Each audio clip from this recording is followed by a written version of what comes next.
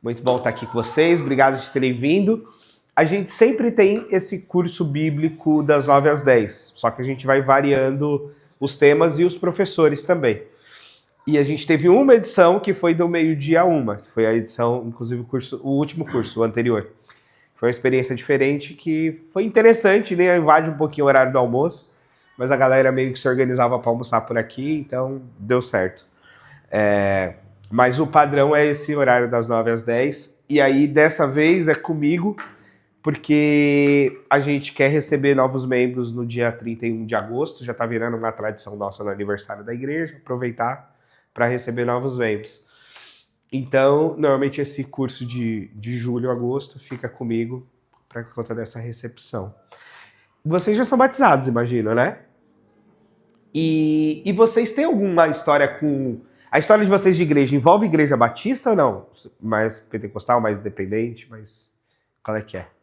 Fala rapidinho, você já foi de batista. Só que... Ah, lembro, você falou, Aqui em São Paulo? Não, lá em Minas. Qual é a cidade mesmo que você era? Juiz de Fora. Juiz de Fora. É uma igreja bem grande, lá chama Império, mas é batista, igreja batista, resplandecente, estrela da manhã. Aí branco. Tá gravando?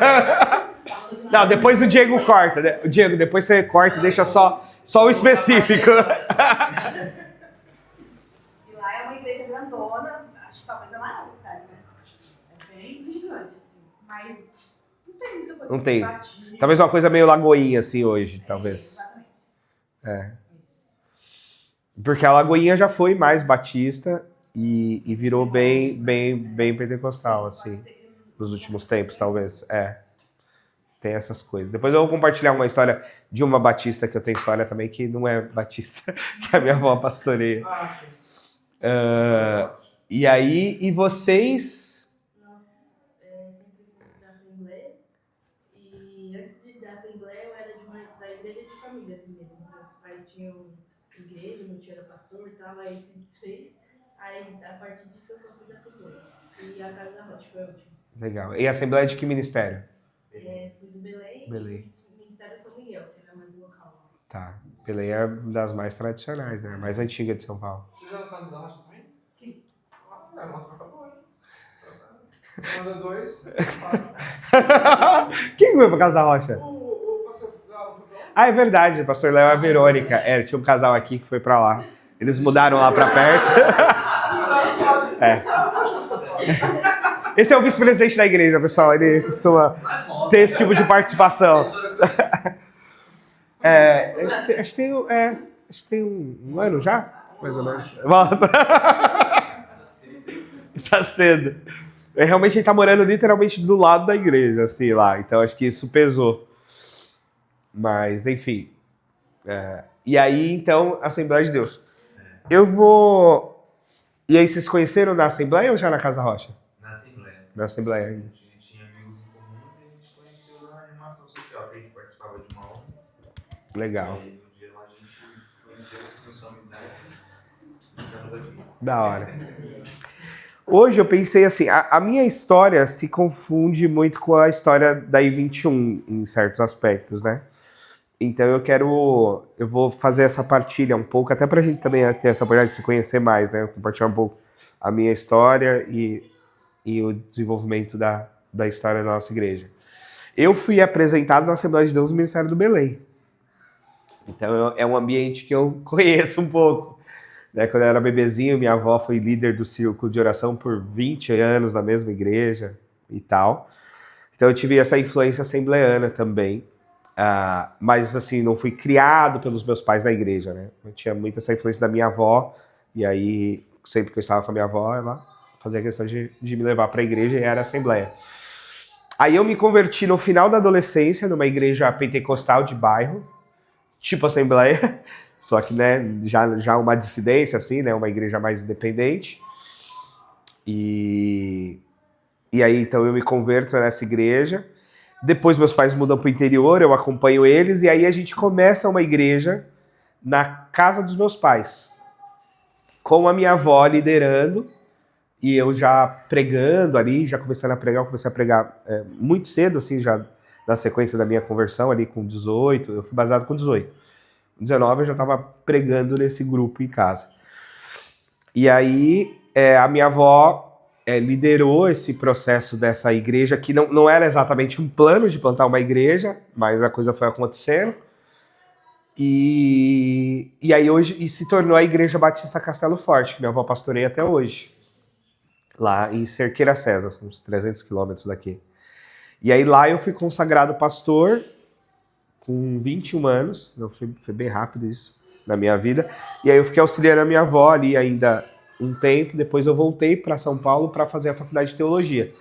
E aí é onde eu me torno batista, porque daí eu vou estudar na Faculdade Batista em 2007 e trabalhar na IBAB, na Batista da Água Branca. Aí eu fui me identificando mais até do que o mundo pentecostal, né? Eu tinha uma crise danada porque eu nunca falei língua estranha, então isso era um grande problema, né? Porque na doutrina pentecostal clássica, né? A falar em línguas estranhas é a evidência do Espírito Santo.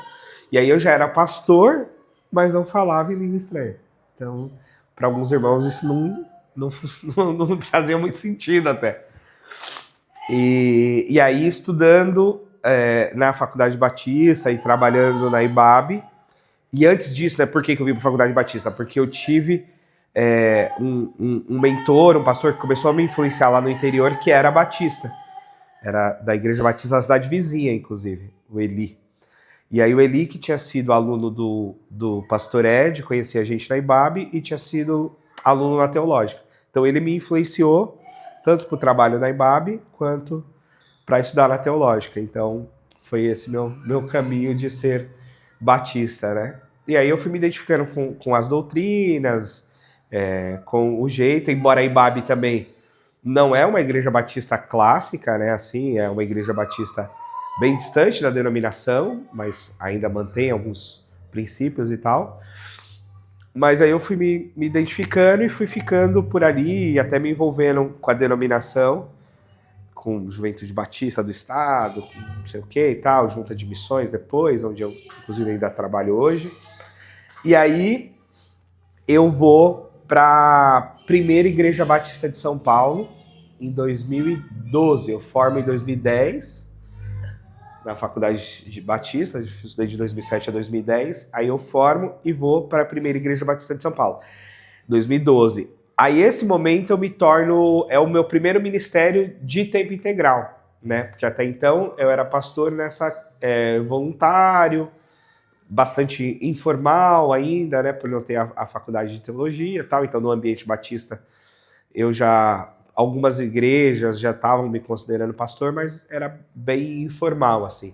E aí, quando eu vou para a primeira de São Paulo, isso assume um caráter mais formal, né? Porque daí tem culto de posse, tem não sei o quê.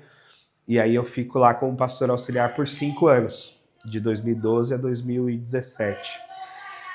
E aí é lá que eu conheço o Júlio, por exemplo, e a Sandra. É o primeiro casamento que eu celebro lá na PIB de São Paulo. E aí a gente trabalhou ali, né, com juventude, com missão e tal. E lá, no meu terceiro ano, 2016, 15, 16, eu começo essa coisa de querer plantar uma nova igreja, né? E aí tinha 2 situações que me motivavam. Primeiro, porque eu era muito diferente do pastor titular, e aí nessa altura, já com 3 anos, nossos caminhos já estava muito claro que seriam distintos. E eu, de fato, sempre tive a intenção de ser pastor titular um dia. Mesmo quando eu fui para a PIB, já era essa a minha intenção. Só que o caminho mais natural é você ir para uma igreja já estabelecida, né? E aí, dando um pouco para vocês de contexto batista, o que acontece? Como as batistas são igrejas independentes, então, normalmente, uma igreja fica sem pastor, porque o pastor saiu por qualquer motivo e tal, e a igreja abre um processo de sucessão para convidar um outro pastor. Então, normalmente é assim que funciona as trocas e substituições na Igreja Batista. A gente não tem um presidente, né, como na Assembleia de Deus, que determina o pastor de cada igreja, e sim a igreja convida o seu pastor. E aí, nesse momento, eu comecei já a ficar assim, caramba, o que eu faço agora? Eu vou buscar me colocar, né, para fora da denominação aí, aliás, no ambiente da denominação, para ser pastor de uma outra igreja que já está estabelecida e por algum motivo está ali sem pastor, ou eu vou plantar uma nova igreja. E aí eu vivi um pouco dessa dúvida, dessa reflexão e tal. E aí, acho que uma primeira semente assim, mais relevante foi uma conversa com o pastor Ariovaldo Ramos. Não sei se você já conhece, ouvido falar dele, na Convenção Batista de 2015, acho, ou 16, em janeiro, é bem no comecinho do ano. Em Santos foi essa convenção. E aí eu fui chorar lá com o Ari, falar como é que eu tava, não sei o que. O Ari foi um cara bem importante para mim numa fase também da minha vida lá na IBAB. E aí o Ari falou, cara, vamos plantar uma igreja. A melhor coisa que a gente faz é plantar uma igreja e tal. E aí essa igreja poderia ser junto com o Ari, porque o Ari fez essa proposta para mim a princípio. E aí eu falei, Ari, eu vou pensar sobre isso, vou morar sobre isso e tal. E aí eu fiquei com isso na cabeça, mas também foi numa fase em que o Ari estava assumindo um engajamento político muito forte, né? Ele se engajou muito politicamente na queda da Dilma e depois na ocasião da prisão do Lula e tal. E aí, embora eu admirar muito o Ari e ter algumas ideias parecidas, eu não tinha as ideias tão parecidas assim. E a questão do engajamento político do pastor, eu sempre fui um pouco resistente. E eu fui assessor parlamentar, eu fui assessor do Carlos Bezerra Júnior, se vocês já ouviram falar. Eu trabalhei na Câmara Municipal, na Assembleia Legislativa, antes de ir para a PIB. E foi uma experiência boa que eu tive com ele, mas mesmo assim eu tinha sempre essa coisa, e essa é uma coisa muito batista, é um dos princípios distintivos batistas, é a separação de igreja e Estado.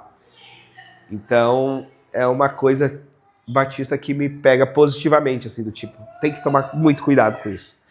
Então, isso me deixou um pouco pé atrás de começar um projeto com a Ari. Falei, cara, será que a gente vai começar um projeto e tem que ser uma igreja necessariamente de esquerda, e tem que ser uma igreja, né, com essa ideia, ou esse escopo, esse engajamento? Acho que não é bem o que eu quero. Eu sei porque a gente tem uma igreja muito diversa e tal, e essa coisa de nichar, assim, pra mim não era uma boa. Mas eu fiquei com isso na cabeça e comecei a orar. Aí, nesse momento, nesse mesmo ano, eu fui participar do Congresso de Evangelização Mundial do Movimento de Lausanne, lá na Indonésia. E lá eu me deparei com muita gente jovem, brasileiro, que estava em várias partes do mundo, que estavam em movimentos de plantação de novas igrejas. Aí isso me empolgou mais. Eu falei, caramba, tem uma parada aqui acontecendo, né?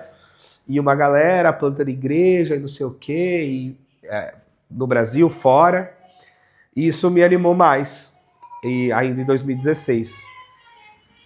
Depois de lá eu vou para um outro congresso que repercute depois de Lausanne, para Nova York, com um movimento ligado ao Timothy Keller, não sei se vocês já ouviram falar, que começou um movimento de implantação de igreja chamado City to City, em Nova York, que tem expandido para o mundo e tal.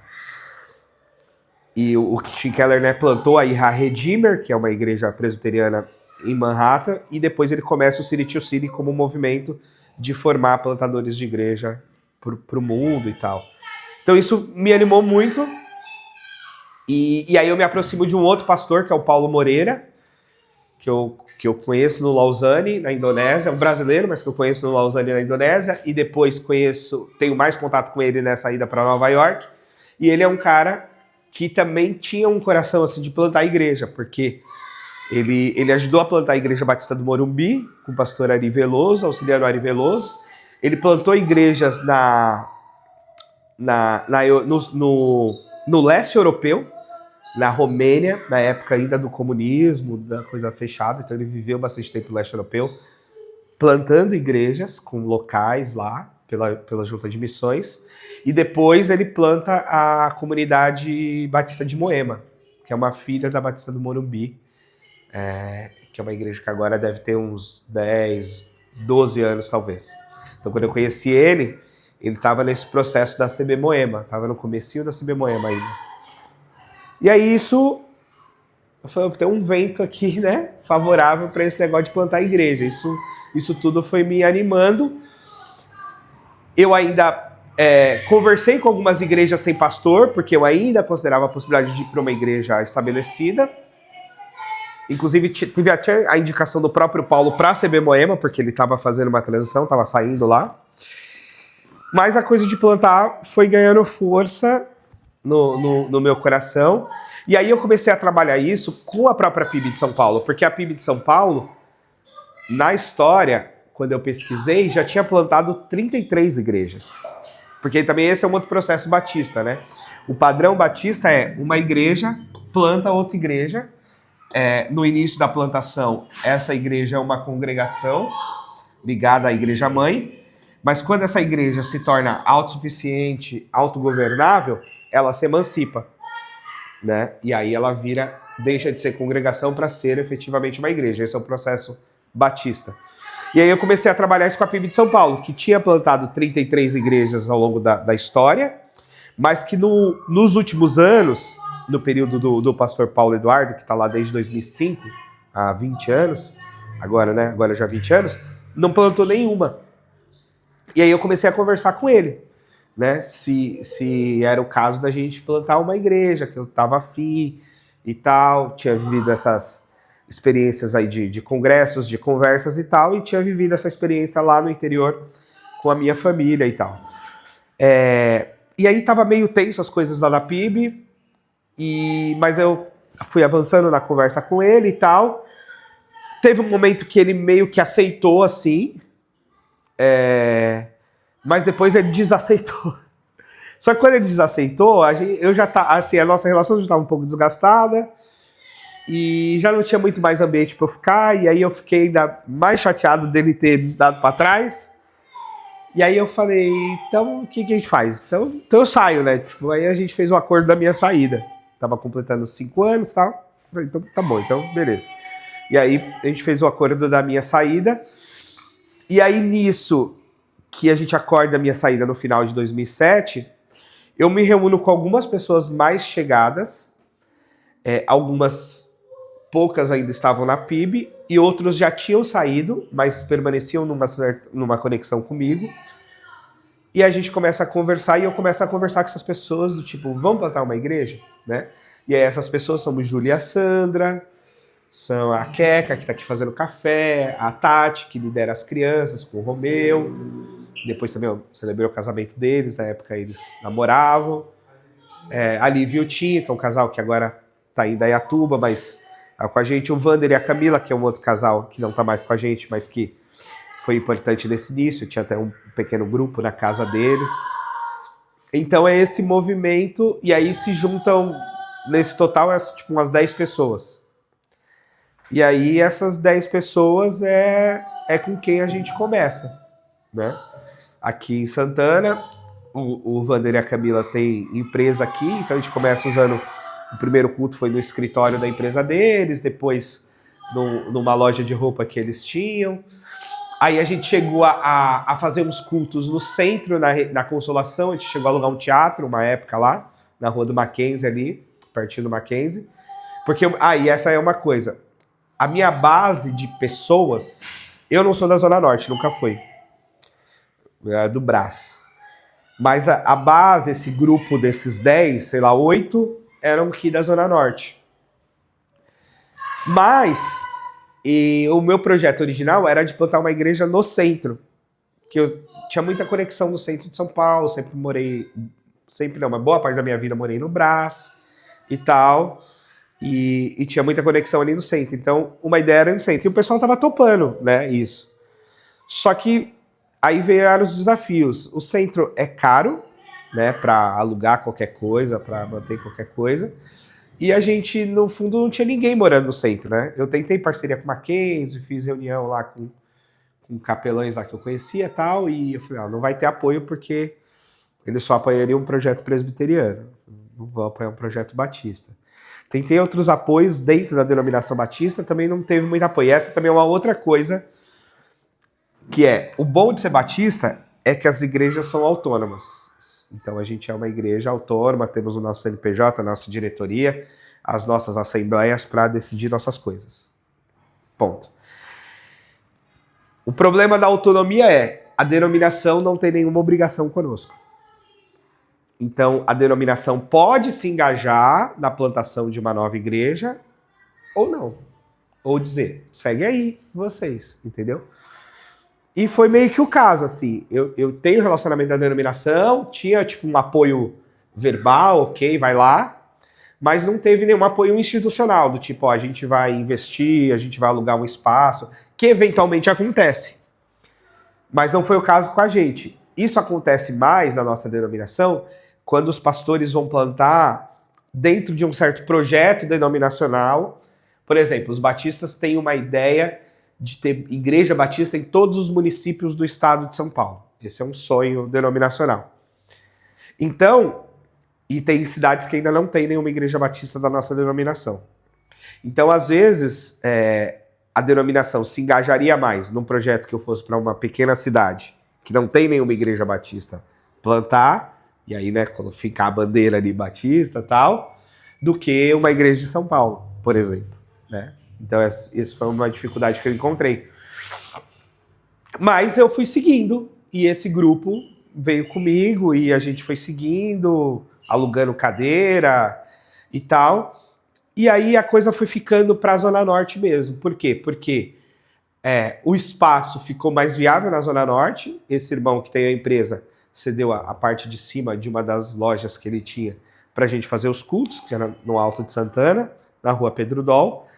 E a minha base de sustentação para a igreja, que a gente inclusive chamava de grupo base, né, esse núcleo primeiro, era 10 pessoas com 8 da Zona Norte, né? Então faz sentido realmente ficar por aqui, né?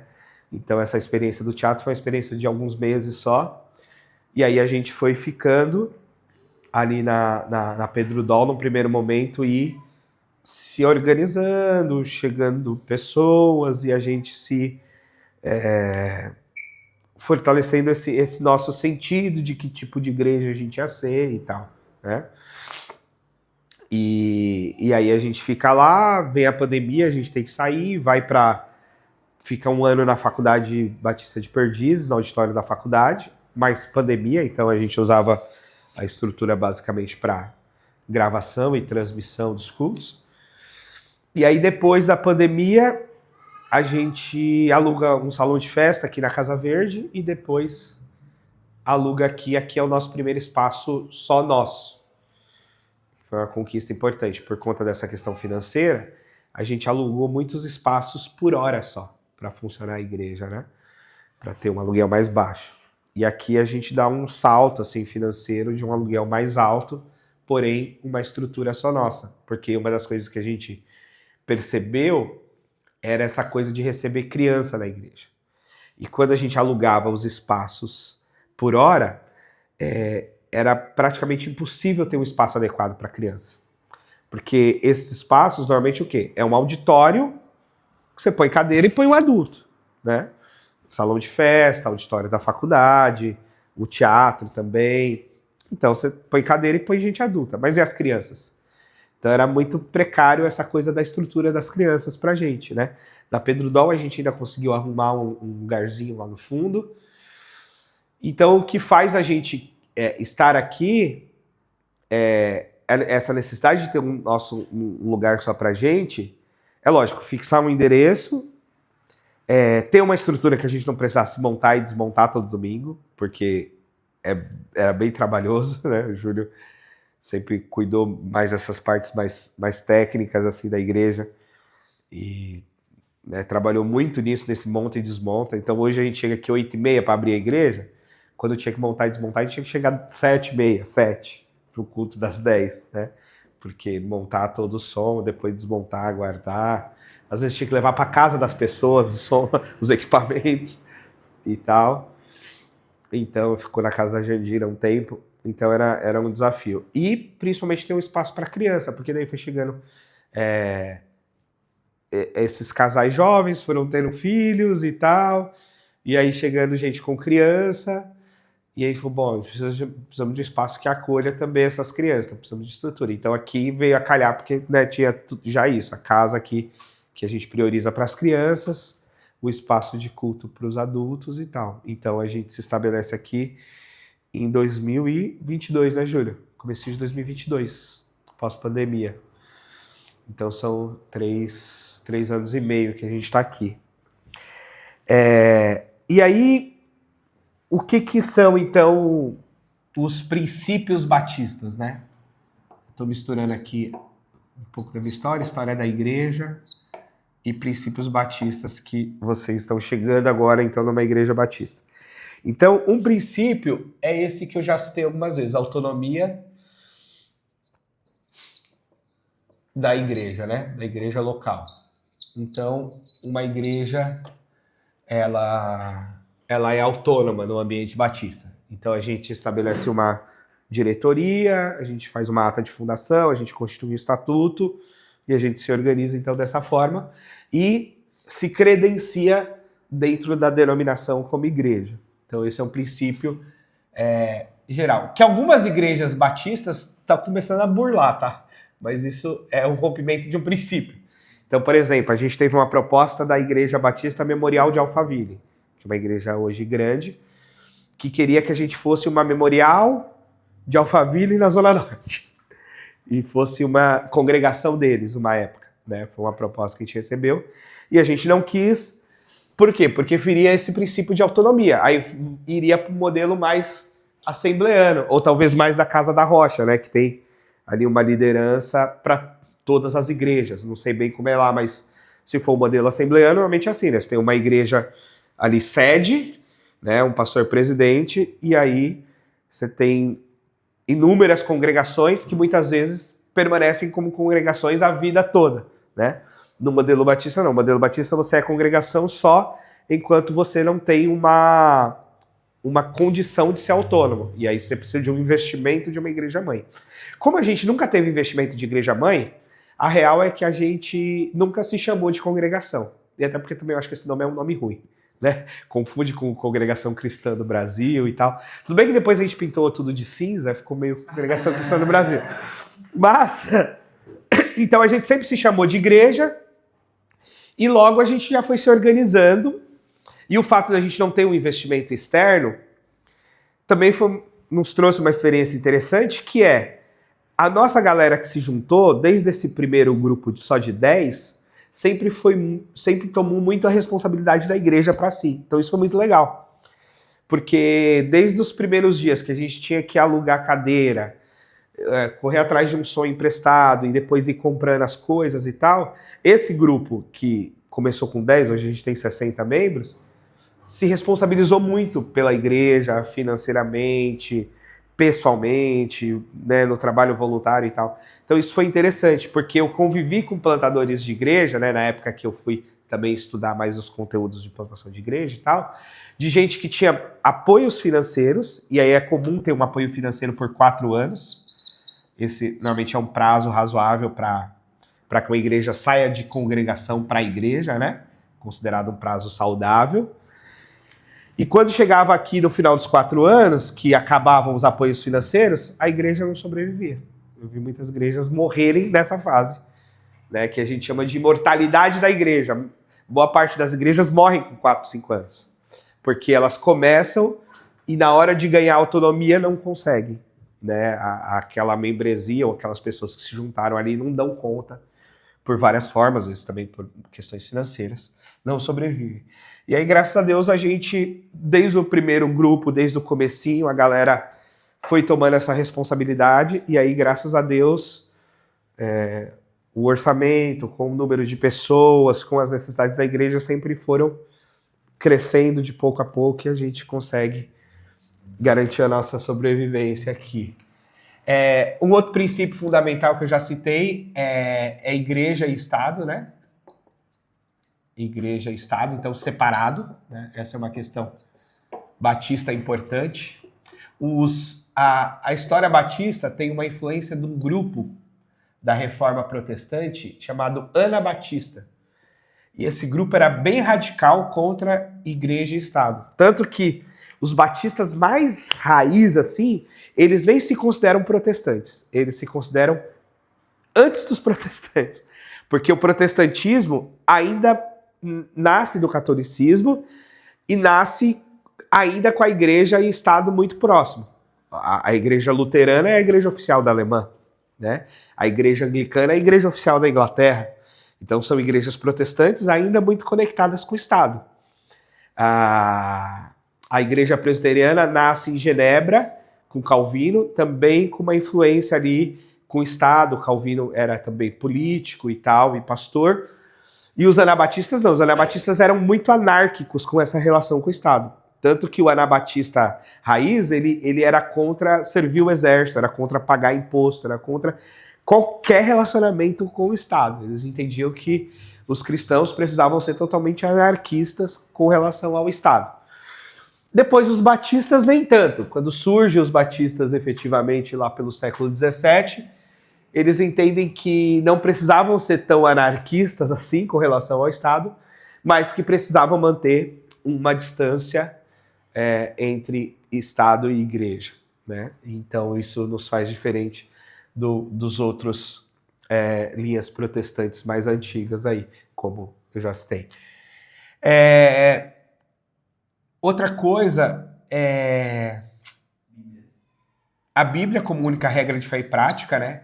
Então, a gente tem alguns documentos relevantes, mas vai ser sempre a Bíblia. Isso parece meio óbvio, mas não é tão assim, porque, por exemplo, os presbiterianos, eles têm a Confissão de Westminster e eles têm uma Constituição.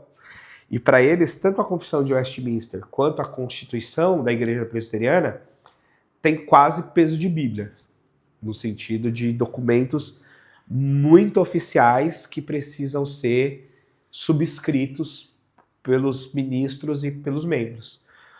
No caso batista, não. É sempre a Bíblia, por mais que a gente tenha alguns documentos históricos e tal, a Bíblia vai ser sempre o fundamento, então eu posso não subscrever nenhum documento histórico batista e tudo bem, porque no final a Bíblia é mais relevante. É lógico que aqui cabe uma grande discussão que é como a gente lê a Bíblia. Aí é uma outra história que depois a gente pode conversar. Porque, lógico, aí a gente tem um mundo de variações de interpretação. E por isso tem igrejas batistas tão diferentes umas das outras. Porque isso daqui nos une, mas também nos faz muito diferentes. Porque a forma de ler a Bíblia entre muitos pastores batistas difere bastante, né? E tal. Tem também a livre consciência dos indivíduos, né? Então, tem muito essa valorização da livre consciência, né? Por isso, assim, ninguém tem que estar tutelado ao Estado, a igreja não pode, né, estar vinculada em nenhum sentido a nenhum tipo de partido ou ideologia política, por respeito a essa livre consciência, né? Entender que cada um recebe o Espírito Santo e com isso tem livre vontade, não tem que ter uma tutela da igreja ou do pastor para suas decisões. Então isso é uma coisa muito importante. E também governo democrático. A Igreja Batista raiz é necessariamente democrática, né? Essa é chamada grande contribuição, por exemplo, batista para a fundação dos Estados Unidos, né? Que é estabelecer um país democrático desde o princípio ali. E isso é uma coisa importante. E isso diz o seguinte: o governo democrático diz que a Assembleia é o órgão máximo da igreja. Então, o órgão máximo da igreja não é a sua diretoria, não é a palavra do seu presidente, que no nosso caso aqui o pastor titular é o presidente. Isso também é bastante comum na igreja batista, mas não é uma regra. Você pode ter uma igreja batista em que o pastor titular não é o presidente, mas na maioria no nosso caso a gente está com a maioria nesse aspecto, mas o nosso órgão máximo é a Assembleia. A Assembleia é quando todos os membros votam e podem ser votados, né? Dentro, claro, de regras e etc. Então é mais ou menos condomínio. Vocês moram em condomínio? É. Então é mais ou menos a lógica do condomínio, no sentido do processo civil da coisa, é mais ou menos a lógica do condomínio, né? Todo mundo que mora ali decide as coisas em assembleia, por mais que, né, se reúna conselho, síndico, para o dia a dia. Então, na Igreja Batista também é assim. As igrejas batistas mais raiz, mais antigas, tinham assembleia todo mês, para decidir absolutamente tudo em assembleia. Tipo, a cor da parede da igreja, o vaso de planta onde fica e tal. A gente entendeu que com o mundo de hoje, e até as minhas experiências lá de ter trabalhado na IBAB e de outros lugares, que valeria a pena ter assembleias mais espaçadas e ter mais o governo do dia a dia na diretoria e na liderança da igreja. Porque as pessoas também não têm muita paciência hoje para a assembleia, eu acho. Quando a gente fala que na igreja vai ter assembleia, o povo vai embora, ficam 15 pessoas. Porque a galera não tá afim de discutir, igual a assembleia de condomínio, né? A galera não tá afim, deixa rolar lá e tudo bem. Se não for nada absurdo, a gente segue, né? Então a gente entendeu isso. Então no nosso estatuto a gente prevê uma assembleia anual, ordinária, que a gente elege diretoria, aprova as contas, orçamento e tal, e outras assembleias extraordinárias quantas precisar.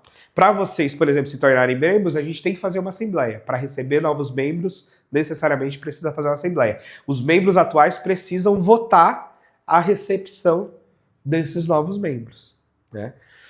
E aí a gente faz uma assembleia, por exemplo, focada na recepção de novos membros, né? E aí esse é o critério. E aí acho que isso é uma coisa interessante e importante, dentro dessa questão de governo democrático, de igreja autônoma, quem é então o dono da igreja? Porque hoje a igreja, né, tá cheio de dono, passa de pai para filho, né? Essas coisas todas. No caso batista, e inclusive a previsão do nosso estatuto, todos os membros são os donos. Então, numa dissolução da Igreja Batista 21, a membresia toda assume o ônus e o bônus. A membresia é dona do patrimônio que tiver e dona das dívidas que tiver, né? Então, não tem um dono, né? Se eu deixo de ser o pastor da igreja, ou se a igreja em assembleia vota para eu deixar de ser o pastor da igreja, isso a igreja também pode fazer, a igreja também em assembleia vai votar por um novo pastor, né? Esse é o processo batista, né? A igreja em assembleia, então, decide diante do seu pastor que fica, diante do pastor que sai, diante de um outro pastor que eventualmente vai chegar. Então, tudo isso é decidido em assembleia, nas assembleias da igreja, onde todos os membros participam ou devem participar. Então, é basicamente isso. No nosso caso aqui como igreja e nos meus planos de pastor, há um projeto de longo prazo, né? Eu quero estar bastante com a igreja e espero que a igreja queira estar bastante comigo e a gente caminhe bem por um longo tempo. Então esse é o plano. Mas, claro que a vida muda, coisas acontecem e se houver qualquer mudança, então esse é o processo, né? Que acontece no que a gente chama de transição pastoral, né? No ambiente batista. Acho que eu falei muito, vocês não perguntaram nada, então, por favor, dúvidas, contribuições, ideias. Júlio, alguma coisa também que não foi bem isso? Tudo certo, é isso aí. O Júlio é o primeiro vice-presidente da igreja, praticamente ocupa essa posição desde o início. É um cara de extrema confiança para mim, para a igreja. E o Diego hoje é o segundo vice-presidente, o Diego chegou um pouquinho depois. E também está na posição de pastor auxiliar, está me auxiliando no ministério aí como um todo. Não sei se faz sentido, mas acho que seria legal falar desse processo com a Gilbert também, né? Não sei se vale a pena. Eu acho que é uma coisa que está marcada na nossa história.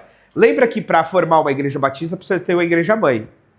Mas a PIB não foi nossa igreja mãe, que seria o mais natural, né? Já que era pastor de lá. Aí, quando a gente precisou efetivamente formalizar a nossa entrada na denominação, a gente precisava de uma igreja mãe.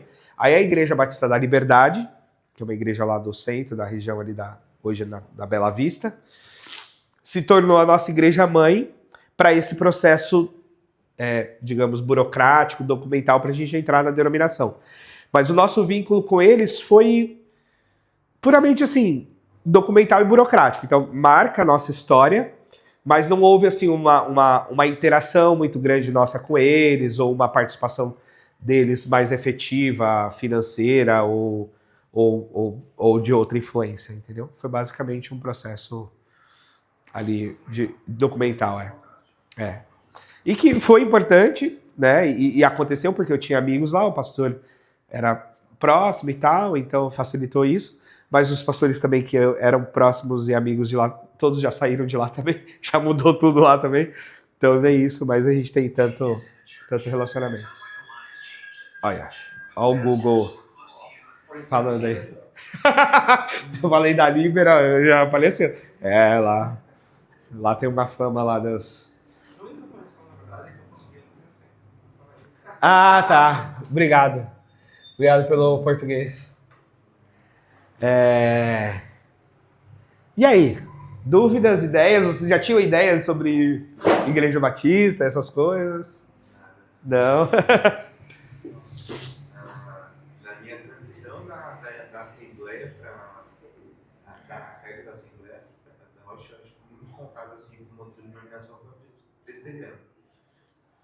Tenho amigos lá, foi meio que muito contato com a escola bíblica dominical também da Assembleia. Eu comecei a ter muito contato com as doutrinas da graça, né, e tinha amigos na presbiteriana, comecei a frequentar bastante, estudar bastante. Mas essa questão de estrutura assim, da Igreja Batista eu não conhecia. A Casa da Rocha também? Não, tá sendo um pouco batista. Não é. O Zé Bruno constituiu como uma igreja independente, mas ele tem bastante influência batista, né? Acho que tem uma origem dele antes de nascer batista. Foi membro, né? Isso. E eu acho que antes disso ele foi presbiteriano, eu acho. Porque acho que eles eram da presbiteriana do Ipiranga, depois eles foram batistas. Porque eu conheço um pouco da história antiga deles. Do Hamilton. Acho que o Hamilton era batista, é possível. Inclusive na Zona Norte. Mora até perto. Ah, é? Que é a igreja que ele pastoreia em Guarulhos, né? Mas a Casa da Rocha assim, resumindo, a Casa da Rocha, ela nasce como igreja e se torna uma denominação. Que já tem outras igrejas, né? E meio que tem uma igreja sede, né? Que é ali com... Mas tem a autonomia do Tatuapé, de Guarulhos e tal. Então, se é independente, aí tem esse traço batista de ser independente, né? Eu me batizei numa igreja anterior a essa batista. No meu bairro. E eu numa peteca de bairro, assim. De bairro também. Meus pais se converteram, acho que eu era bebê, assim, tinha acabado de nascer, ou... Nossa, eu nem tenho essa data certinho, mas eu era bebezinho, então não era de bairro. Tem alguma outra você falar da forma de entrar na igreja? Não, a gente pode... então, a gente pode falar isso. Pra se tornar membro... Pra se tornar membro, a gente tem 4 formas, né? Uma, batismo, para quem ainda não é batizado, por imersão. Essa é uma questão importante para os batistas. Tem que ser mergulhado. Né? Tem muito presbiteriano que vira batista que fica bravo de ter que rebatizar. Essa é uma briga histórica com os presbiterianos. Mas batismo por... Aí nesse aspecto a gente é igual a todos os pentecostais, né? Que é batismo por imersão. Então, batismo...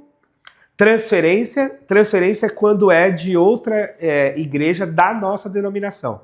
Aí a gente troca cartas de transferência. Aclamação é quando é membro de outra denominação e vem para Batista. Seria o caso de vocês, e já batizado. Então seria o caso de vocês, aclamação. E 4, reconciliação, que é quando a pessoa...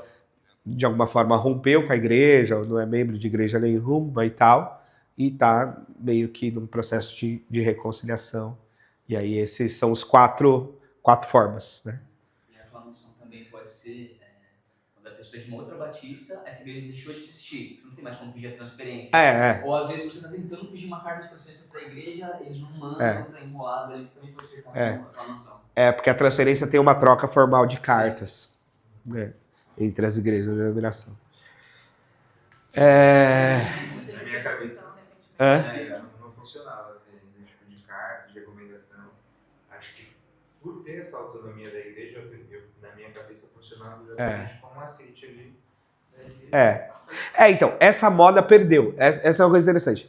Na história batista, tinha muita coisa, e isso também não. Antigamente, tinha muito critério assim, da pessoa que era batista, primeiro, né? Ser batista a vida toda. Mas sempre buscar a igreja mais perto de casa.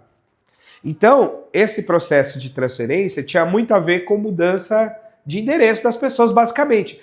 Tinha igreja mais antiga que dava carta compulsoriamente. Do tipo assim, você mudou de endereço, então eu vou te dar uma carta para você se transferir para a igreja mais perto da sua casa. Esse é o padrão, entendeu? Então, o princípio dessa coisa da transferência era esse. Tipo assim, a gente tem igrejas batistas em vários bairros, em várias cidades, e as pessoas sempre irem na mais perto. Essa era a lógica. Bom, preciso dizer que essa lógica mudou muito, né? As pessoas não vão necessariamente na igreja mais perto. Então, mas a lógica da transferência permaneceu como uma coisa de igrejas co-irmãs, então a gente troca essa questão de carta. Mas várias igrejas também abandonaram isso, assim, tipo, recebe por aclamação, não vão... Porque pra gente mandar uma carta, a gente tem que fazer uma assembleia de saída da pessoa, se for uma carta que a pessoa tá saindo, né? E a igreja lá tem que fazer uma assembleia que ela tá saindo de lá para cá. E depois a gente fazer uma outra assembleia de aceite. Então tem um processo aí de assembleia para cá e para lá, de mandar carta, que no fundo essa questão da aclamação é mais fácil. Porque assim, você já é batizado? Então beleza. Então você chega, passa para a assembleia, mas aí é só essa assembleia de recepção, né? Mas a Deus fala é só chegar e tal, a gente é uma igreja, a gente se chama de igreja desde o dia 1, mas a gente é uma igreja estabelecida com CNPJ há pouco tempo. E até então a gente pergunta assim, mas quem são os membros da igreja? Quem tá no grupo do WhatsApp. É membro da igreja. Mas agora não, agora a gente já tá num processo mais formal. Exato, Mas houve essa época. Inclusive, se quiserem, acho que vocês não estão ainda no grupo do WhatsApp, né? Se quiserem entrar... Não, mas...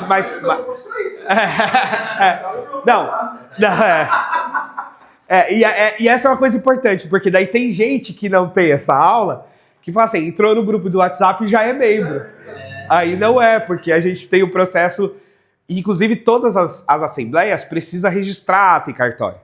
Então, para ser membro tem que ter assembleia, para a assembleia ser válida tem que ir para cartório registrar. Então tem esse ciclo todo. Aliás, tem que colocar uma outra aula, que são as regras do WhatsApp.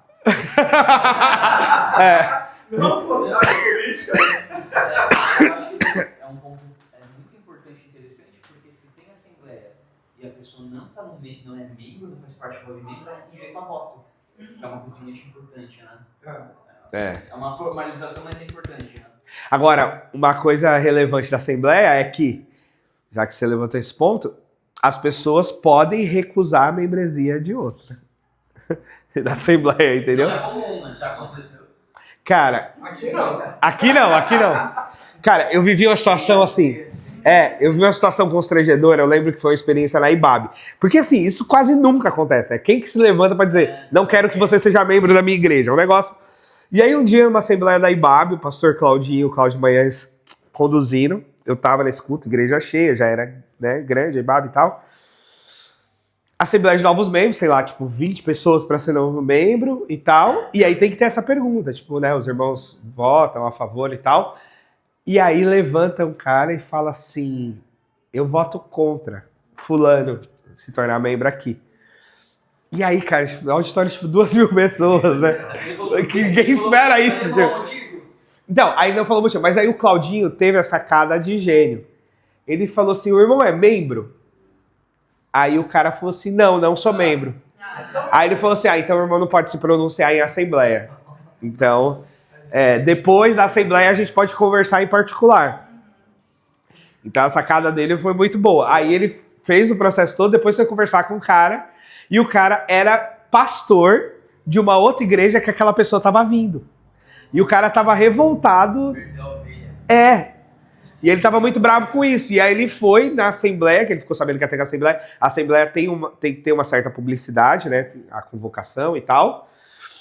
E aí ele foi lá, mas ainda bem que Claudinha teve essa sacada. Seu irmão não é membro, então não pode se pronunciar em Assembleia. Quando a Bíblia fez cigarros, a gente levantou os documentos históricos, né? Então a gente pegou atas de assembleias lá no começo da formação. E tinha umas coisas assim, do tipo, a pessoa não foi aceita porque usava saia acima do joelho. Sim, tem umas histórias. Acho que é o princípio do. Se alguém tem algo contra esse casamento. Tá lá só porque ninguém se pronuncia. Então pode ter isso, né?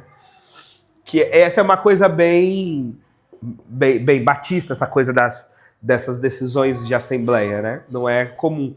Normalmente você tem ali uma diretoria ou às vezes só um presidente mesmo que meio que decide praticamente tudo, né? No caso do que a gente chama de igreja episcopal.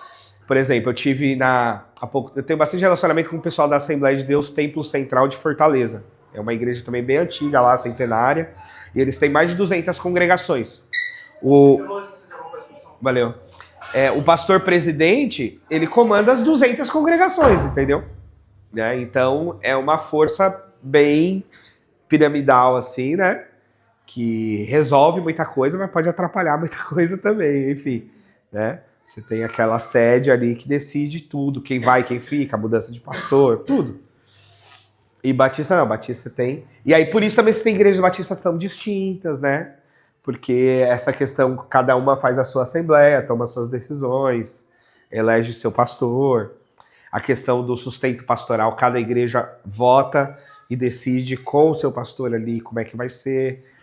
Então, essas coisas são muito decisões locais. Certo?